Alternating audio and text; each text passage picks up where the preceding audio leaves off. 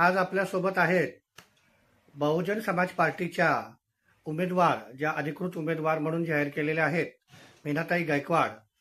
तर चला आपण जाणूया मीनाताई गायकवाड यांच्याविषयी आणि त्या ज्या मतदानासाठी उभ्या राहिलेल्या आहेत त्यांच्या वॉर्ड क्रमांकामधून काय त्यांचं मत आहे, कुठल्या विषयाला अनुसरून किंवा कोणत्या हेतूनी त्या ह्या मतदानामध्ये उतरलेल्या आहेत, तर त्यांचं मनोगत आपण जाणून घेऊया. जय भीम ताई. जय भीम. आताचं जे इलेक्शन जे आहे 2026चं नगरसेवकाचं, त्याच्यासाठी तुम्ही बहुजन समाज पार्टीतर्फे उभ्या राहिलेल्या आहात, तर नेमकी काय भूमिका तुमची आहे? पहिले म्हणजे माझं नाव सांगते, मीना सुरेश गायकवाड. मी बहुजन समाज पार्टीमधनं कार्यकर्ती आहे. आज मी वार्ड क्रमांक 17 मध्ये उभी राहिलेली आहे.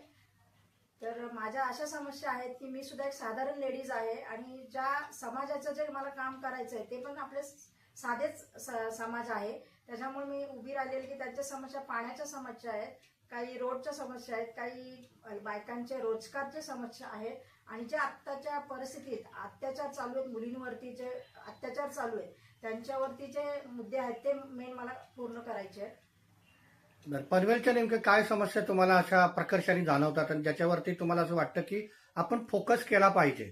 पनवेलच्या समस्या तर भरपूरच आहेत, सांगण्यासारख्या तर भरपूर आहेत, पण थोडक्यात म्हणजे मी असं सांगते की पाण्याच्या तर आहेतच आहेत, पण रस्त्याच्या तर भरपूर आहे. प्रत्येक गल्लोगल्ली किंवा रस्त्यामध्ये खड्डे भरपूर मोठे मोठे झालेले आहेत.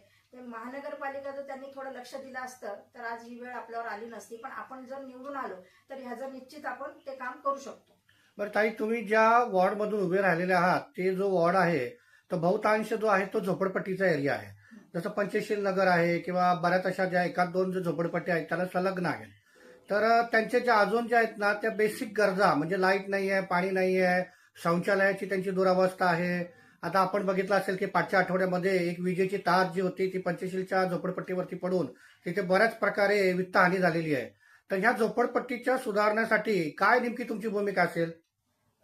तसं बघायला गेलं तर अजूनपर्यंत त्या झोपडपट्ट्यांची सुधारणा झालेली नाही. मोठे मोठे कार्यकर्ते येऊन गेले, मोठ्या मोठ्या बड्याच्या बाता मारून गेले, पण कदाचित आज मी त्यांच्यासारखी सामान्य लेडीज आहे.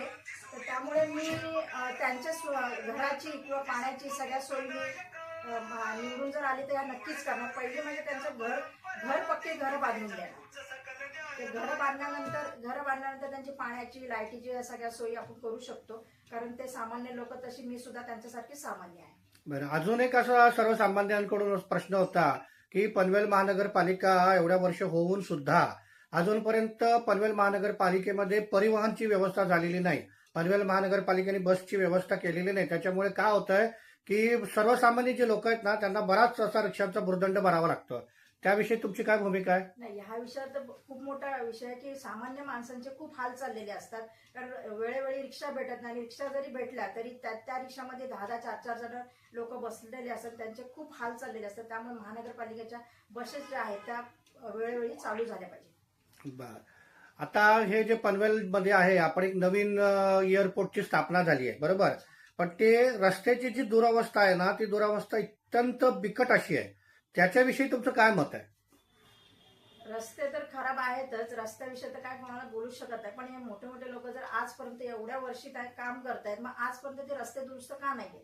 तर बहुजन समाज पार्टीचा एक जरी उमेदवार आला तरी आपण, जसं मायावतीने नकनवला जो त्यांनी जो केलेला आहे, जर निवडून आलो तर आपण सुद्धा जो प्रयत्न करू की नकनव सुद्धा आपल्या पनवेलमध्ये येण्याचा प्रयत्न करू. बरं, बहुजन जागृतीच्या या युट्यूबच्या प्रसार माध्यमाच्या चॅनलमधून आपण नेमका म्हणजे बहुजन समाज पार्टी ही वेगळं काय देईल, इतर पक्षांच्या व्यतिरिक्त काय देऊ शकते असं तुम्हाला वाटतंय आणि तुम्ही म्हणजे वेगळं काय द्याल लोकांना? नाही, कसं वाटतं ना, बहुजन समाज पार्टी राष्ट्रीय पक्ष पार्टी आहे आणि ह्या पार्टी जर निवडून आली तर भरपूर काय गरिबांच्या तर समस्या पूर्ण होतीलच, रस्त्याच्या पण समस्या पूर्ण होतीलच आणि बाकीचे जे काही आहेत ते मुद्दे आम्ही उचलून घेऊन ते सुद्धा आम्ही पूर्ण करू शकतो.